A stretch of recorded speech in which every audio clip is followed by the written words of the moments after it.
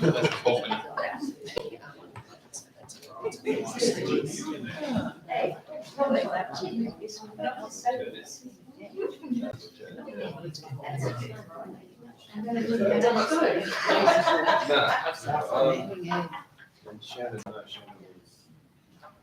saw that.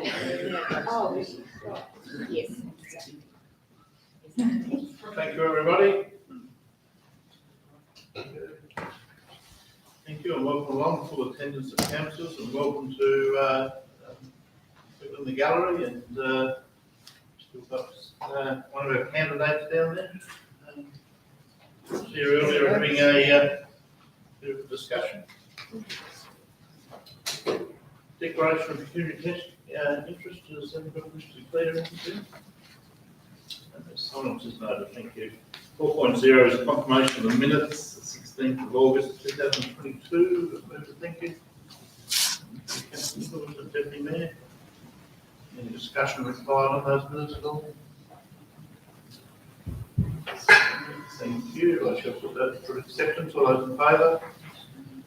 Thanks very much. 5.0, just before I get moved and seconded, there is 3 things, or 4 things added to that list. Andrew Hart and I met yesterday with Matt Dance from TAFE. Met with Bill Frignell Marine Road Safety Work in the community, had a visit to the Causeway Club, attended the Men's Shed at AGM, and attended the Sorell School Association meeting. To add them to the list, so that being added and up there on the screen as a reminder to you, can I have a move, please? Thank you, Councillor Reid and Councillor Jackson, thank you. Anybody any questions or regarding my report? Deputy Mayor. Through the chair, I also had a phone call from a resident from Nash Street who had issues around the water and sewerage. Sorry.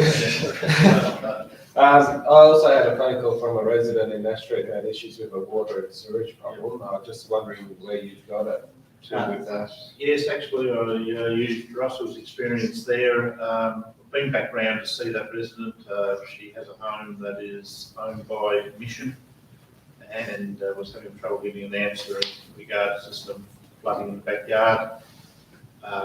It is an awkward spot where the block is, and there's no ready solution, but with the primary subdivision going in over the back fence, there'll be a change to the way the sewage line works and how the stormwater works, and that will pick up the issues of that property as it goes past, so she's aware of that, attended that. Thank you.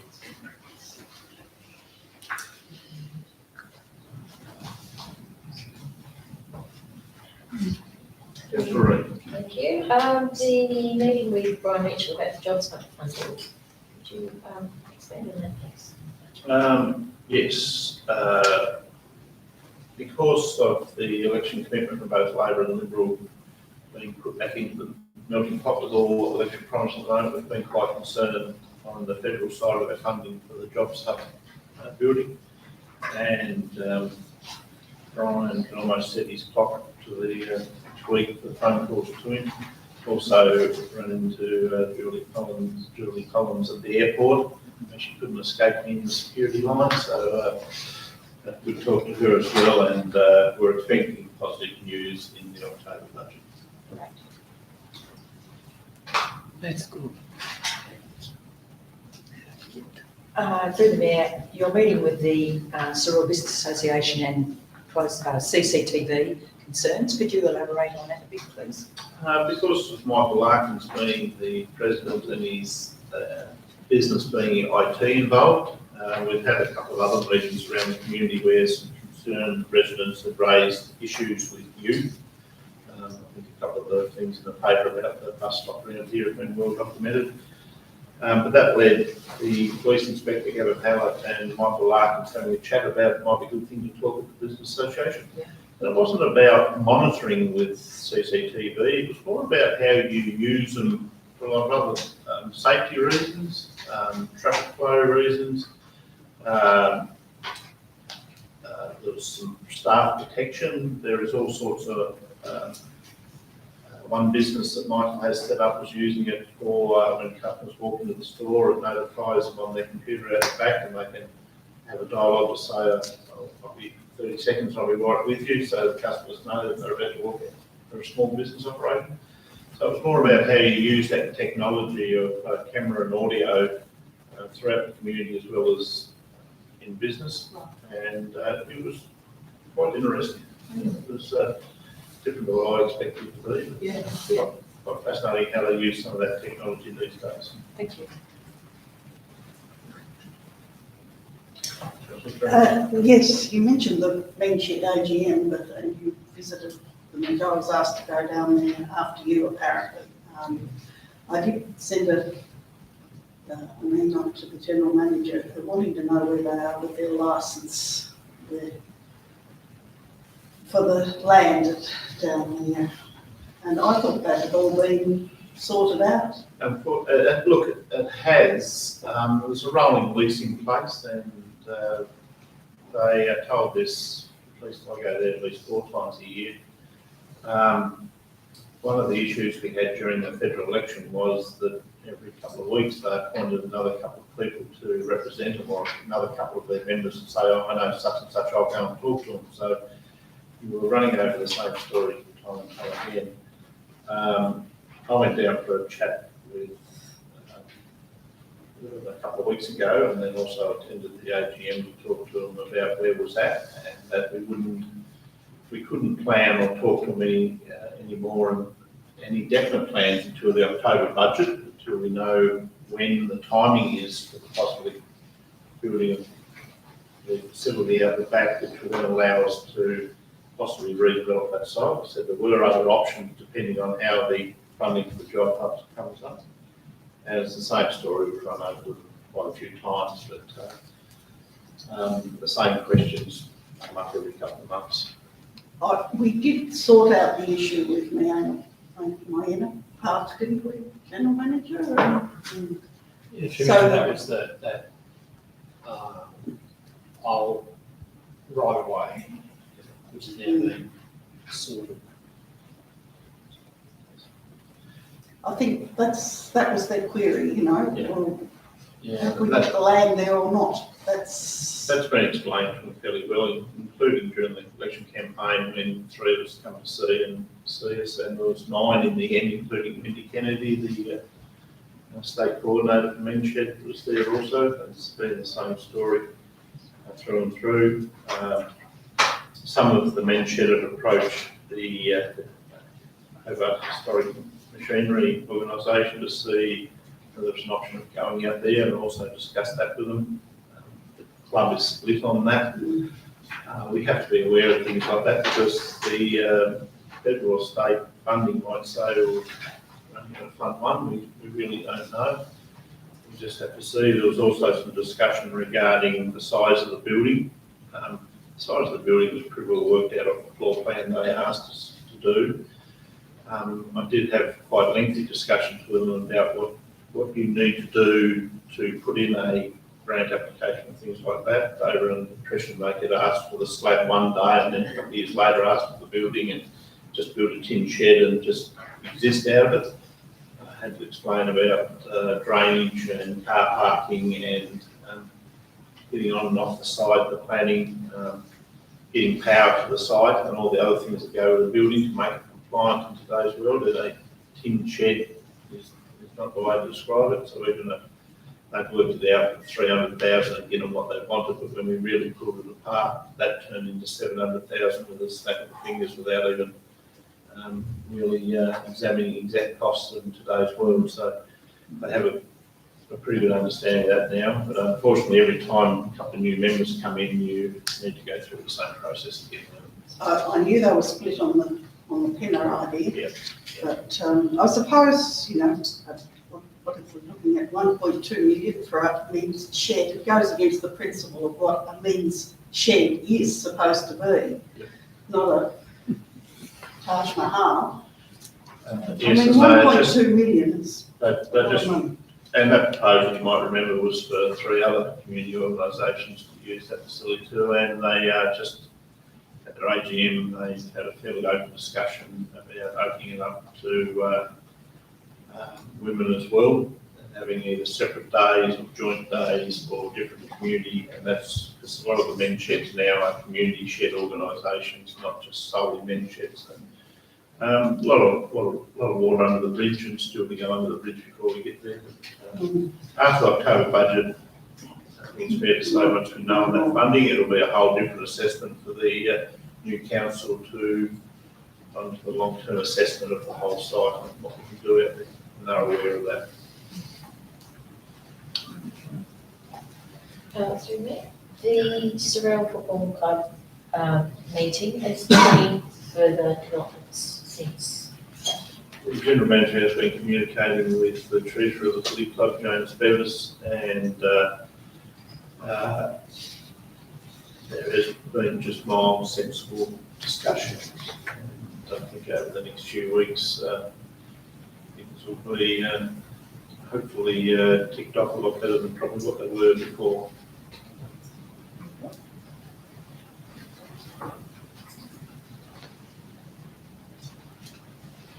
And the Mayor Development Day, which seems like a strange timing for a Mayor Development Day. They're on a regular basis at the mayor's meeting beforehand, and it ends up being more of a round table of discussion and some of the problems that the mayors are coming up against and what others are doing. It's normally Greg Howard at Dorset telling us about all the different code of conducts he's been had against him and how he's worked his way through them. So, but they are interesting. You do learn a bit from them. This one wasn't that well attended for obvious reasons. Yeah. Some mayors had other things on there. And quite a number of retirees. Yes, true. I think that's what it was, more of a catch-up for the retirees. If there's nothing else, I shall put my report for acceptance. All those in favour? Unanimously, thank you. 6.0 is supplementary items, of which we have none at this point. 7.0 is the council workshop report. There, and 8.0 is departmental reports. So I need a mover and a seconder for this. Councillor Reid, thank you, and Councillor Nichols, and invite questions to our senior staff in relation to any of those reports. And Russell, I might just start off. It was pretty obvious reading through it that stormwater is a bit of a major issue throughout, not just our municipality, but everywhere you go. Some things aren't really our issue, some are. We found quite a few different things. Would you like to just broaden out on that, on what the depot is up against? Yeah, so I think there's a general understanding that, you know, there's water in people's backyard, council will be there to fix it. And by and large, it depends on the nature of that water. So where council's involved legally is if we concentrate any water, so water would normally flow down a hill and that's what it would normally have done, then there's no issue. But if we then put it through a pipe system and put it to a particular point, which concentrates that flow that then causes downstream issues, then we're liable for that. So if we take unsealed roads and seal them and we don't put drainage in, then we have a bit of an issue because obviously there's additional water that's coming off that impervious surface, which may not have come off a gravel road. So we've obviously, you're all aware, we've had 2 years of La Nina, and it may have a third. The groundwater tables are unbelievably high, particularly at the southern beaches, but you know, Lewisham, any other places there, you can see all of the dams and lagoons are all at top level. So anything that's falling now is basically going to convert straight into runoff. In addition to that, it's probably in the past, we basically piped it past the next property that was a problem. And now some of that then goes on to another private property that hadn't been developed previously, then needs to be developed, and then we're discharging water on the private property. So then the only way around that is to either put that in a pipe system or to acquire an easement over that property to allow that course of water to find its way to a creek or some other, or to the coastline. And it's a very expensive and slow process. You know, acquisitions are taking anywhere between from survey to legal titles, are taking sort of about 2 years, which is why a lot of the acquisitions with capital works, there's money allocated well after the capital works are finished, because we're still going through the land title issue. Now, that can be just the right to put a pipe in the ground on private property, or it can be the right to run water over the ground to get it between A and B. So we've got a lot of legacy issues, and all that's happened with the current weather conditions is they've become exacerbated. So we've got a large number of them at the moment. I think they've always been there, to be fair, but people are getting more aware of what's going on, and we've probably made a series of short-term decisions. So there was a very popular program I talked about, the Senior Advisory Group, where we sealed roads around southern beaches. The other side of that is where's the stormwater infrastructure that went with that, and in general we didn't put it in there. So now we've taken an unsealed road to a sealed road, and there's water issues coming off that road, and there's no stormwater infrastructure necessarily there to cope with it. So, and a lot of our outfalls, rather than go right through to either to the coastline or an inland stream or river, use private land to get from where we discharge it to that. And that is a problem because we're concentrating on the flow, therefore we have a liability. So there's going to be no quick fixes to that. It's literally, we've got, I think Adam's got 16 on the board at the moment. Probably one of them's funded this year. We may put one or two in for mid-year budget, but just to resolve them isn't that easy. And then we've got to go through the process of stakeholder engagement and talk to the property owners and all the rest of it, cost it up, and then bring it back to council. So we're just going to have, over time, going to have to progressively. And the other thing with stormwater is if some miracle it dries out this summer, all those inquiries will disappear until next time it happens. So it's very cyclical in nature. Did you say 16 that you've put on that need addressing? Well, I suppose that's the big thing in continuing to tick those 16 off, so they don't get forgotten about when the weather dries up. Yeah.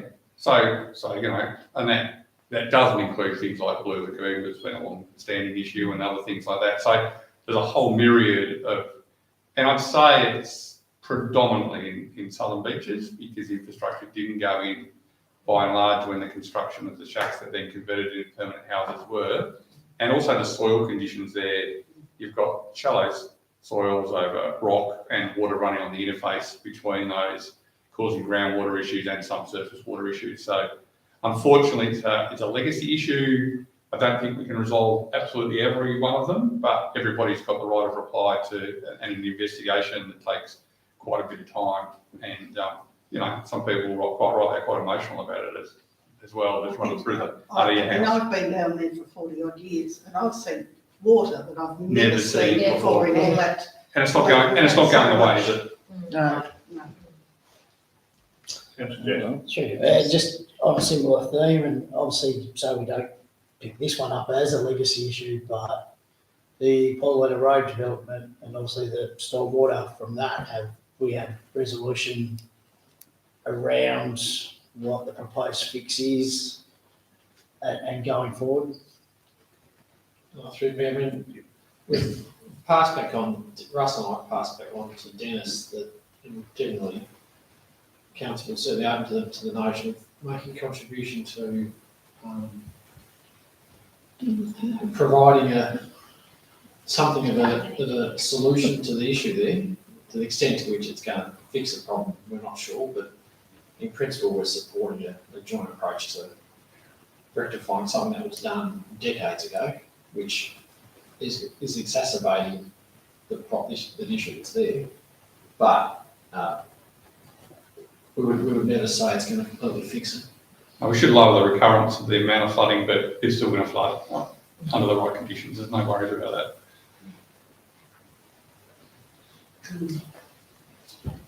Another question, thank you, Mayor. Just page 4, the landscape design consultancy to discuss Primrose Sands. What's that? Through me, that's something I should have done a while back. This is around the northern end of the beach where a few years ago we went to sell that by land and the reaction was strong. Yep. So I hadn't progressed any sort of concept design for the area, which I'm now, I've got one quote for, waiting for another quote to do. It's funny, it will be an issue to do it, actually constructive, but certainly it's going to help to have a concept done, the community involved in it, so that it becomes part of our wish list, if you like. So there's really only two firms to choose from. Southern Tass. Okay. There's some issues there. Part of that is our land, part of it is our land lease, and It's across both. both. The concept's across both. And the purge access being, There's plenty of space there, it's just how it comes up. And we need to tidy up that later. Councillor Jackson. What I'm interested is obviously the Iron Creek Farmstay. I noticed there's been a resolution. Are we able to know what the resolution is between both? Yes, that's not and stuff. private.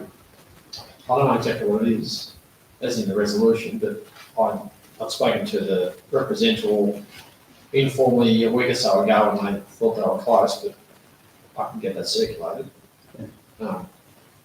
Yeah, that's it. You got another one, Jeffrey? What's that? Did you have another question? Oh, I've got another couple, but you fire away. Just a couple of questions as well. Rob, you had a meeting at Shark Point Road with landowners around the land instability. Is that affecting houses or is it land or? It's both.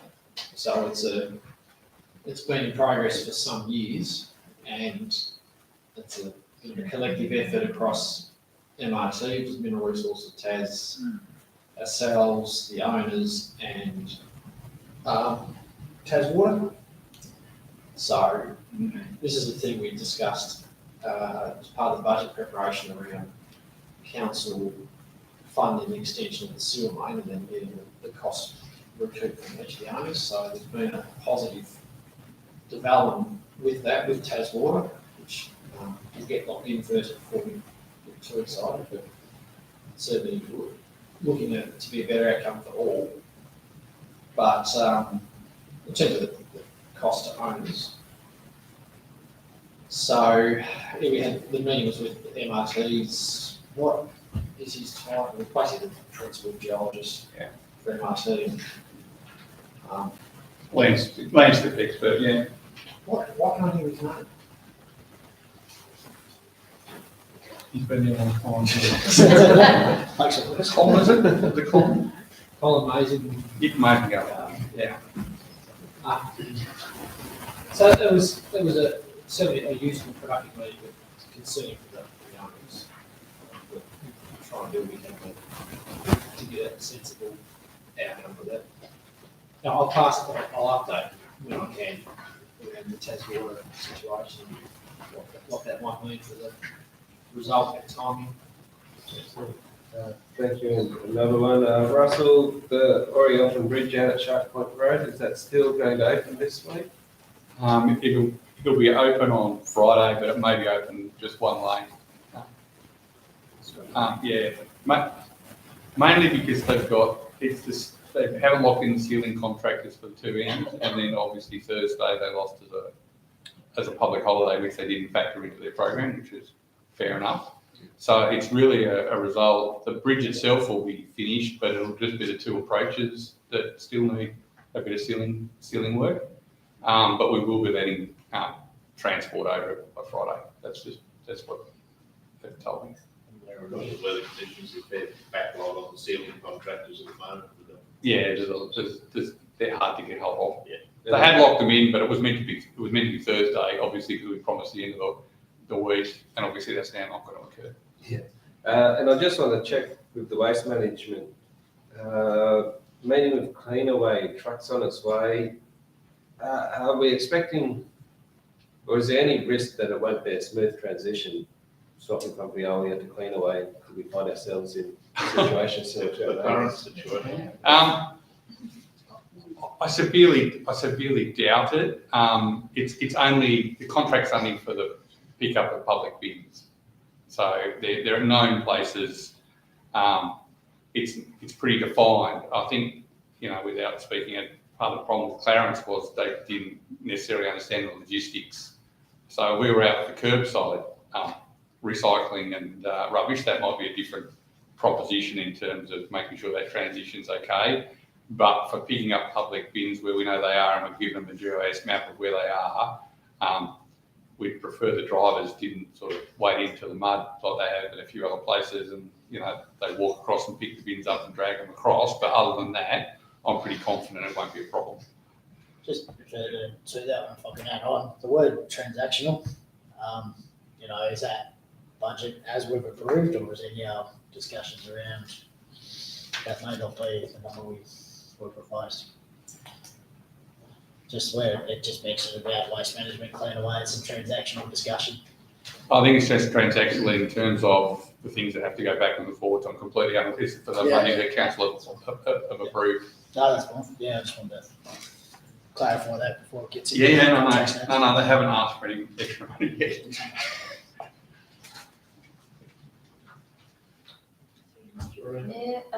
Page 9, there's mention of State Planning Office future regional planning framework.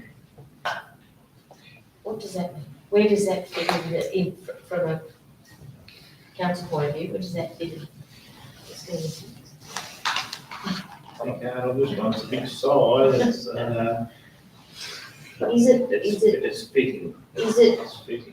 Is it theory or is it something practical, or what is it? For me, it's the State Planning Office trying to map out how the regional land use strategy will be updated. And it seems to always be extended.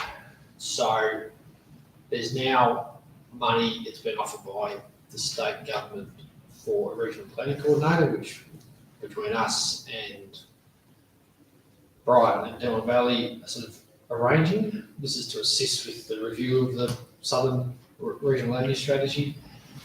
We've engaged, or likely to engage, the same persons who wrote the original strategy, being Emma Riley, Caroline Linders, and Damien Mackey. But it's more than just a coordination role. There's still a whole chunk of strategic work that needs to be done and funded to make it work in conjunction with the Greater Hobart Plan that's been bubbling away by itself. So it's a step in the right direction, but unless we take it on, take ownership of it, it'd be funny to do it. I'll have less hair than what I have now by the time it gets sorted. Okay. Yeah, and there's the interface with the state planning policies which they want to review, which we sort of think that the land use strategy should come first, but anyway, that's the way the government's got it. Right. I appreciate the question though. I'm still not really in either one. That's plenty. That's plenty. I still, yeah. So what did I not answer then? No, it's just me. There's no timeline to it at this stage. Okay. Yeah. One could say the stalling. I appreciate the answer. I'm just, still trying to understand the context. That's all. And not just you. It's Well, a yes. last one I've got is just in regards to the park and ride playground and going out consultation. Have we got a proposed area of land where that's looking to go, or is it something that's up for discussion as part of the consultation? Or? All through me, they've shown us an indicative area, which is pretty much the entirety of that bank where all the side sheds are, and back up to the street where that little park is. And we've seen an early concept, but it's hinging largely on us getting the LPS back with a rezoning built into it, because without the rezoning, it can't happen. So hopefully the commission will rezone it. So the proposed, the same area where it pretty much is that open space up there. Running down towards the lights. And then the playground goes along the Hoffman Street, as we've discussed, with the contribution from there.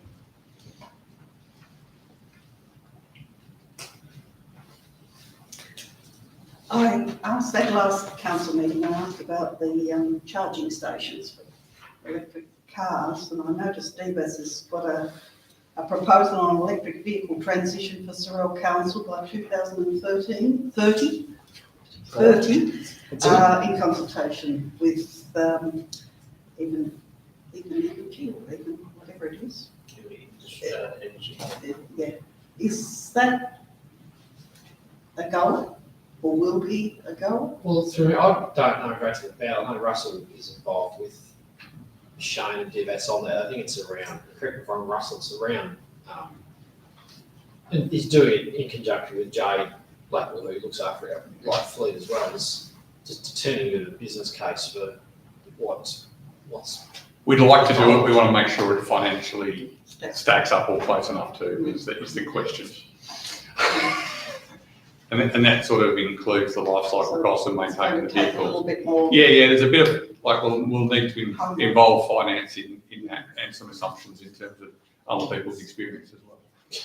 I suppose it would be one of our contributions towards Potentially, yeah. climate. And hopefully the federal budget will Yeah, provide And- some As they'll get cheap. useful. Electric cars.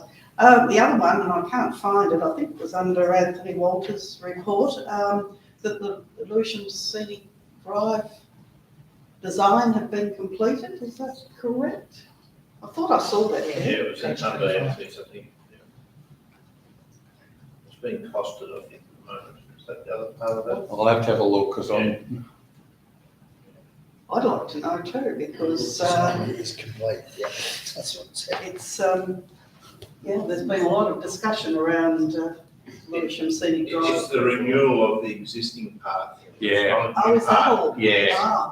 No, you won't, I'd hope you wouldn't get Lewisham because, I mean, obviously we've got to put the options up to the community as our local stakeholder Yes, that's engagement. why I asked. No, he's talking about the existing asphalt Because it footpath. said it had been completed. The design of the renewal has been completed, not what we might want to do with Lewisham.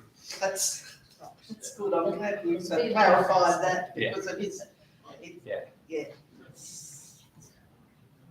Yeah, it's under the footpath. Absolutely. Thank you again. While we mentioned Divis, I just wanted to note in a year, he's been with us a year, the significant amount of work that's been done and how far we've moved ahead. So it's great to have those reports. Comments each to the month. neighbour, Lindsay White's not here to listen to it. Yeah. It's terrific. And very practical. So things that we thought were too hard, just getting on. Yes, But he's been it's busy, great. he's been busy. Yeah, Yes. feedback's Yes. Just while we're on the project engineer, Anthony Walters' list of things there, I'm just going to refer to my notes because I prepared them earlier and I don't want to miss anything. It's a question regarding the footpath, Park Beach Road to Park Beach Car Park, which has been completed according to the notes here, and the continuation from the car park disabled parking area, which is clearly marked, onto the beach. At the present time, we've got a gravel path with wooden edging, then a loosely assembled ramp, and then sand. This does not constitute disabled access onto the beach, and I'm wondering where to from here. Has council got designs on accommodating a beach access for people with disabilities at the Park Beach end, or will this access be gained only from the surf club end of the beach? No, my understanding is that it would be access from Park Beach as well. So there's some, I haven't seen the design in detail, but there's some replaced plastic to be embedded in the beach at Park Beach, Right. which would allow wheelchairs to get to the bottom of that and then potentially move on to those wheelchairs that are beach accessible, Yes, right. which would then allow people to access onto the beach. Yes, okay. Thank you. Thank you Yeah. for that, Russell. So that's the concept. I haven't Yeah. looked at absolutely all the materials, but that's the concept that we're going with. Yeah, I was just concerned. And that is outstanding. That bit of work hasn't been done because we're waiting for the replaced materials, which Right. there's a delay on. Right. So that bit of the job isn't done, No, only as far as the car parks is done at the moment with the path that's down. yes, But there's work to be done from there onto the Yes. beach. yes. Thank you. Okay. Great. Thanks, Russell. And one last quick one, if I may. Just the dog management plan, what's the timeframe expected for that? Is that before Christmas? It's on our agenda for our next workshop. Okay. Yeah, well, I'm not sure of the timeframe, councillor, I know, I think from the staff's point of view, they weren't proposing wholesale changes to it, but I would go as far as. I I've had one suggestion, more to do with the Reset's users, but yeah, the timing of the review of the plan was bad. We have to do it every 5 years, we at least have to do it every 5 years. No worries, thank you. With all those questions done, I share the motion for acceptance of the departmental reports. All those in favour? Thanks very much. There's no petitions for us at the moment. 10.0 land use planning. The Mayor advised in accordance with the provision of Part 2 Regulation 25 of the Local Government Meeting Procedures, Regulation 2015, the intention of the Council to act as a planning authority pursuant to the Land Use Planning Approved Act of 1993 is to be noted.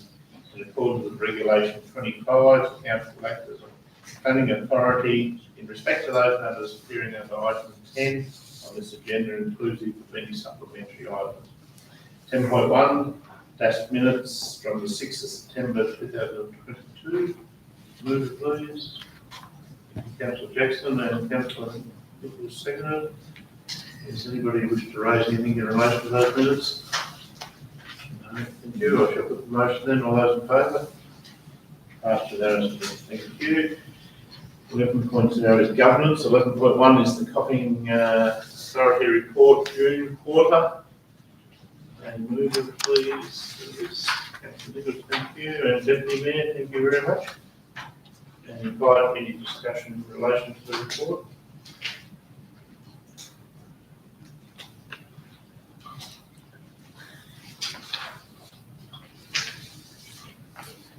No discussion, thanks. So I'll put the motion for acceptance of the report. All those in favour? Passed unanimously, thank you. 11.2 is the disposal authority again proposed rule changes. Councillor Reid, thank you. And Councillor Nichols, thanks very much. Any questions in relation to that? I'll say it's very good work by the Company Secretary Karen Collins, who's also head of our audit department, in coming through and tidying up and modernising a few things that just needed to be done. Really important to start on that, so I've got to cover an adequate document. So, any other questions on that at all? Thank you. I shall put the motion of acceptance for 11.2. All those in favour? Passed unanimously. Thank you.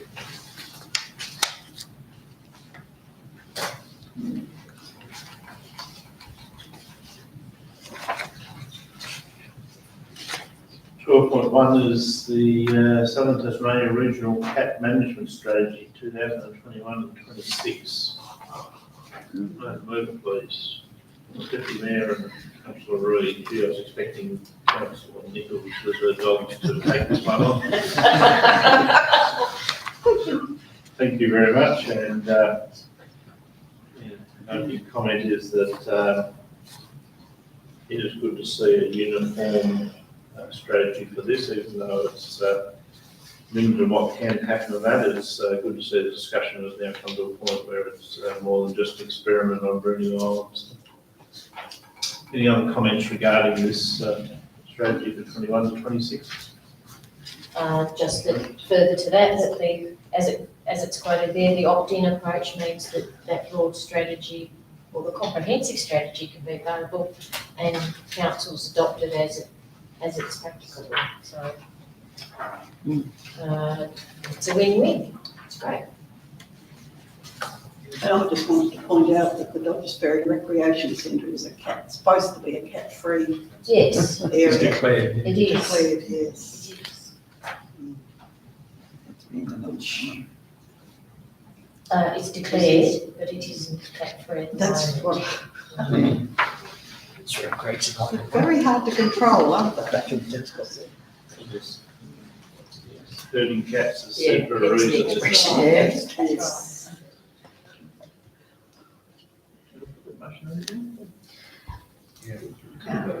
So, yes, Could I, just one more phrase that jumped out at me is on page 56, most of the killers are pet cats.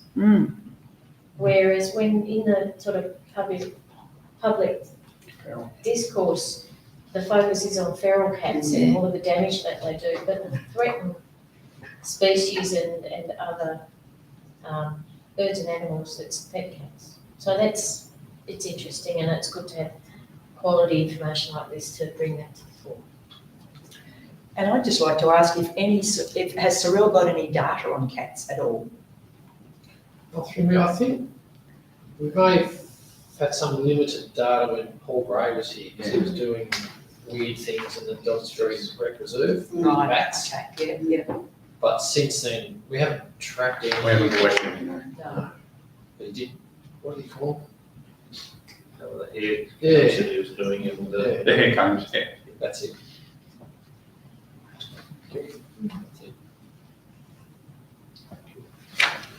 with that, I should put the motion of acceptance of that strategy. All those in favour?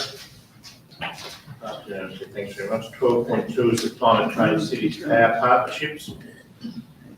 Move it, please. Thank you, Councillor Grant and Councillor Reid. Another step in the right direction. Yeah. A big thing out of a few of these strategies for a small council like us is that when you join that network, the flow of information, there is a lot of people that want to just throw money at things that aren't true yet. This gives us opportunity to see what can work, what doesn't work, what would be sensible for us to pick up and be able to manage or do in the future. So very important to be part of, but for small councils, it's important to learn from what's happening around this state and country. Through the mayor, this might be a naive question, but I'm going to ask it anyway. It says the city's power partnership. Do we have to be declared a city to be part of it, or it's just basically anywhere? Well, for me, I believe we're located. Yeah, okay, Sure. thanks. Someone was just getting carried away with the alliteration, I think, in the type. John will work on being a city in the future. There's no other comments on 12.2. I'll put the motion for acceptance. All those in favour? Thank you. Finances. We now move to finance 98. Can I have a move from second for the financial reports? Councillor Reid, thank you. And Councillor Jackson, thanks very much.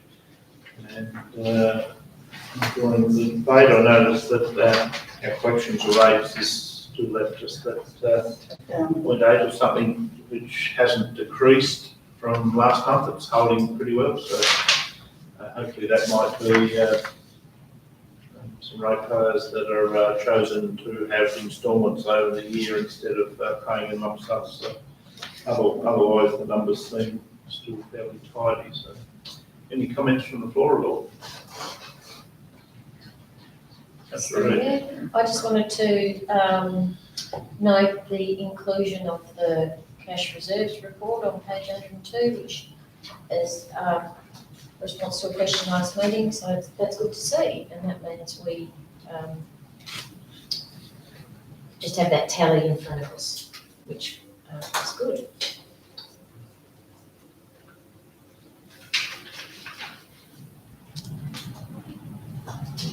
There's no other comments on the finances. I shall put that motion for acceptance as recommended. All those in favour? Passed unanimously. Thanks very much. And that moves us into questions from the public. Sharon, why do you look at everybody else? Don't hog the floor. Could I refer you to page 2 about the community conversation at Primrose Sands? And I'd like to thank the council. Dr. Stafford approached me and said, I spoke to the general manager and said that the council is going to give us a letter of support to air services, which is greatly appreciated.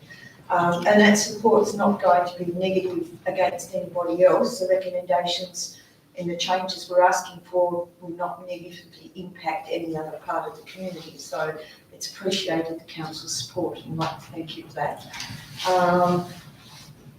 And just to let you know, we've started a petition in the areas affected, and there's already 350 signatures from just local people these are not people around the state that are really supportive of what we're hoping to do and hoping to convince their services to change the flight path, particularly over a very populated area like Primrose Sands.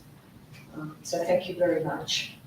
And we've also invited Matt Cocker from the Hobart Airport to attend hopefully our next council workshop, not directly with air services, but to cover off on that as well, but also talk about the master plan for the airports, which will bring councillors up to speed a lot more than what we have been able to from the selected ones that get to the meetings over there. So. There was another point.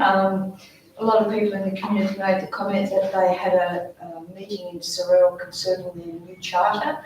It wasn't particularly well advertised. Nobody knew about it. I didn't even hear about it at the CAGS meeting. A lot of people are really angry because it's going to have a direct impact, not just on the areas under runway 30, but the whole of Sorell. They might decide to bring in all-night flights that fly anywhere over the peninsula, Sorell, whatever. Did the council know about this meeting? Don't think I did, but I have discussed it with Matt, and they're looking to hold other meetings. They discussed it. They had quite a few people come in and talk about it, so they don't advertise it, but I think I missed what date it was. He asked what else they could do. It's to do with the master plan of operation at the airport, not the flights or the times or the curfews or anything like that. It's more to do that they are an obligation as lessees or owners of the airport and what they need to provide to the federal government and state government on a regular basis, and they include us neighbouring councils in it. But it's more of an operational side of things, not the air services action. It'd still be nice if the public, could go along. I think they are asking for public submissions, but the public doesn't know when they expire or when they have to be in by or whatever. So and that's part of the reason why Matt's coming to meet with councillors, so that we can discuss that a little bit more. it would be great if the council could pass it on to the community too. That'd be really good. The other point, I'd like to make a point. I noticed on page 2 once again, you've changed Mr. Mitchell's name from Brian to Brain. Maybe that's an Is that appropriate? Or? Well, that's what you've got in your agenda, so I'm just wondering if that might be an improvement. We will see. Thank you. I'll talk to Brains later on and see. Thank you. Thank you. Any other questions? Or? Yeah, my name's Andrew Murphy. I avoid politics and politicians and public largely. However, I'm here. No, I'm not allowed to make statements, so I won't do that. Put it in the form of questions. The subject of the Lewisham Scenic Drive plan came up there not too long ago. I'm pretty interested in that. I live on the corner of Hurst and Lewisham Scenic Drive. Can someone explain to me the logic of rebuilding a currently operational footpath between Mary and Hurst when, in fact, I could give you numerous places where currently no footpath exists, and might the council be aware that sometimes when those sorts of things happen, ratepayers, quiet, law-abiding, ordinary people who have been manicuring a rather iconic hedge for 38 years are quite seriously impacted, financially and mentally. I'm talking in riddles a bit because you don't really know what I'm talking about, I suppose most of you. I did email you, Mr. Mayor, and I wasn't sure whether you got my email because you didn't reply.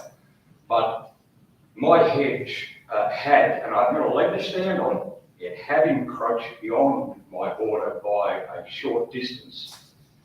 And the engineer was nice enough to come and talk to me about it. In fact, we had 2 long and detailed conversations, but he didn't understand until I explained to him that if you lock 4 centimetres of the front of the hedge, you're no longer have a hedge. You have a pile of ground dead sticks because the growth was only at the extreme edge. Now, I've manicured that hedge for 38 years like a staff sergeant's crew cut. I wouldn't have thought that it would have been too much of a problem to negotiate our way around with me having to remove the hedge at quite some expense to myself. But I have now done that because I don't like losing sleep, and I'm making statements now, but I don't like losing sleep wondering how, when and where I'm going to navigate the future. When I drive down Scenic Drive, invariably there's a pram, 2 dogs, people walking between the Lewisham Tavern and Quarry Road, up Quarry Road, from 110 Scenic Drive Lewisham through to Gary Street. There are no footpaths. But in fact, between Marianhurst, there is a perfectly functional footpath that's to be replaced with another footpath. And subsequently, I've lost my hedge. Can anyone explain the logic of why would we be replacing a footpath with another footpath? And the engineers, he told me there are no plans to build footpaths where there are no footpaths. There's only a plan to replace the footpath that currently exists. And I'll get the general manager to explain the difference between renewal and new. For a starting point, because there's 2 different sorts of money that are operating in a budget for that. And then when I got your email, I asked the general manager to find out more about the project, so we Appreciate that. I guess up to date. Yes, remember, so the first question around what we term asset renewal versus building new upgraded assets. The budget is absolutely geared towards, as is our financial obligation, to either maintain or renew existing assets first, and then subject to what remaining funds we have, they then get allocated to new or upgraded assets as a secondary consideration. And so that we do condition assessments of all our existing assets, roads, stormwater, footpaths, the whole box and dice. And based on, and I know the footpath is, but I haven't walked it. It's based on condition assessment and the age of the footpath that then determines when they get replaced. So I can only assume that that section of footpath was due for renewal. We have some concepts around how we may provide better pedestrian access from where the path eventually finishes around toward south, toward China Creek there, but we haven't pursued it seriously. Similarly, we do actually have some longer term budget allocations to do the gravel path along Quarry Road and Lewisham Scenic Drive to link up to that section, so at least some of that loop's completed. That's over the next few years.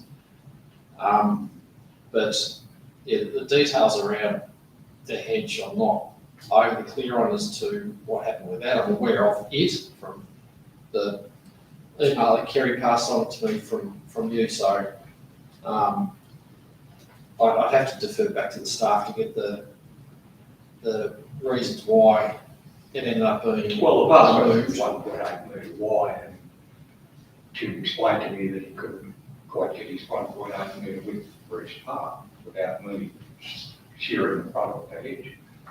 It's a moot point anyway, the hedge is gone. It's heritage. It was a heritage hedge, and it was a beloved hedge, it's my entire family. and I've one of noticed my it over the years. people love my hedge, and I absolutely worship my hedge.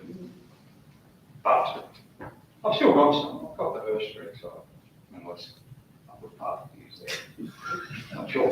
But anyway, look, you've answered, and I'm still mildly baffled by the logic of replacing the footpath with another footpath before you build a new footpath. So I'm not entirely satisfied with the logic of that. But you've been good enough to answer me, and I guess that's the end. I'm on go. Thank you, Andrew. Do you with that? You can if you like. You can if you like. Anything else at all, I appreciate your time for coming in. Thank you very much. And we'll just move into closing. Thanks for your attendance.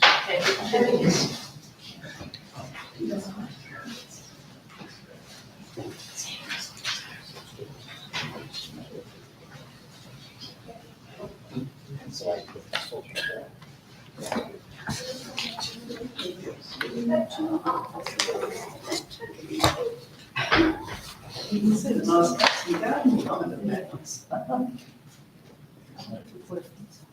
He's got. Can I have a move and second to put us into close, please? Deputy Mayor, Councillor Jackson.